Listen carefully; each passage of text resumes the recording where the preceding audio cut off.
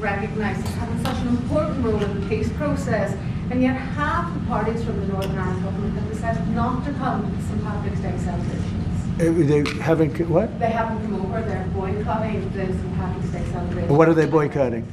They are talking about your position on Gaza as one of the reasons why they... Oh, I haven't heard that. I really haven't heard that. Look, Can I just say, I've got to pay tribute to the President on the peace initiatives. The one thing we've learned in Ireland about the peace process that you've just spoken about, and I recall back in the early 90s, when the first tentative steps to get peace in Ireland, people criticised people like John Hume or people like Albert Reynolds, and then Taoiseach.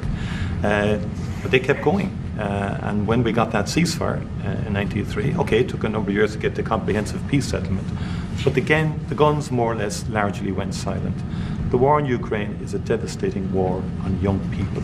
And I think that very simple, straightforward narrative is to be commended. We all have children. We would be shocked at the prospect of young people losing their lives in that number, be they Ukrainian, be they Russian, whatever. Anything we can do to stop the violence, I think, is an extremely positive thing. And there will be all sorts of people having qualifications on it and all the rest of it.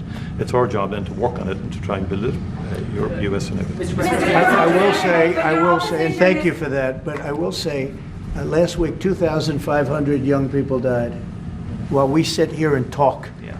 And while they talk about peace, but they've been talking about peace. This should have never happened. This war should have never happened. It would have never happened if I was president. That's what makes me more angry than anything else, because you've had far more people die than they report, than these people report, for whatever reason. But you had far more people. The numbers are far more devastating. You'll find that out someday. And it doesn't affect you very much. They're not Irish, and they're not from my country. They're from Russia mostly, almost all from Russia and from Ukraine. And people could say, why are you doing this? Why are you involved in that? Because 2,000 people a week are dying. And they have families, and they have mothers, and they have fathers, and they have sisters, and they have brothers and friends. And they're dying. And I've seen the pictures, the satellite pictures that we see all the time. And it looks like Gettysburg in its prime, because that was, they say, one of the most horrific battles ever.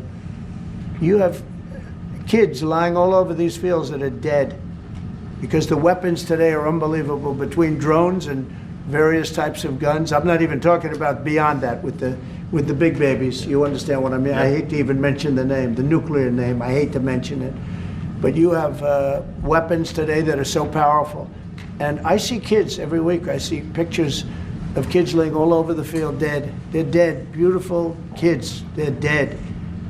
And they're not from here and they're not from where you are, but he's working very hard. We're all working hard to get this thing finished. It's crazy over nothing, and it's not going to go anywhere. It's just a terrible situation.